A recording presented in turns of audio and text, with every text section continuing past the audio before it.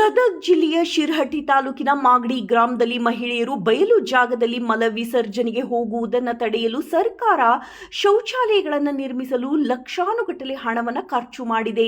ಆದರೆ ಇಲ್ಲಿ ಅಧಿಕಾರಿಗಳು ಗುತ್ತಿಗೆದಾರರ ನಿರ್ಲಕ್ಷ್ಯತನದಿಂದಾಗಿ ಇಲ್ಲಿ ನೂತನವಾಗಿ ನಿರ್ಮಿಸಿದ ಶೌಚಾಲಯಗಳು ಇಂದಿಗೂ ಸಹ ಸಾರ್ವಜನಿಕರ ಉಪಯೋಗಕ್ಕೆ ದೊರೆಯದೇ ಇರುವುದು ವಿಪರ್ಯಾಸದ ಸಂಗತಿಯಾಗಿದ್ದು ಸಾರ್ವಜನಿಕರ ಆಕ್ರೋಶಕ್ಕೆ ಕಾರಣವಾಗಿದೆ. ವರದಿ ಚಂದ್ರಶೇಖರ್ ಸೋಮಣ್ಣನವರ್.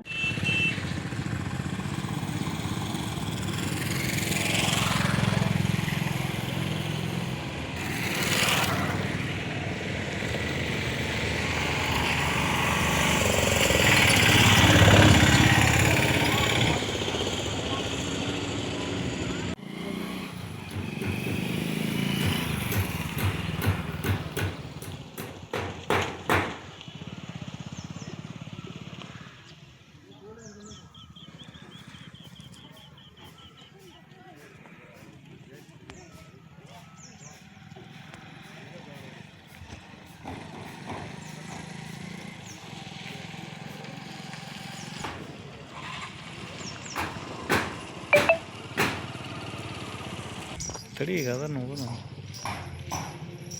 ಮಾಡೋ ಕೆಲಸ ಮಾಡಲಿ ಹಿಡಿಬಿಟ್ಟು ಮಕ್ಕ ನಾನೇ ಏನು ಮಾಡ್ತೀನಿ.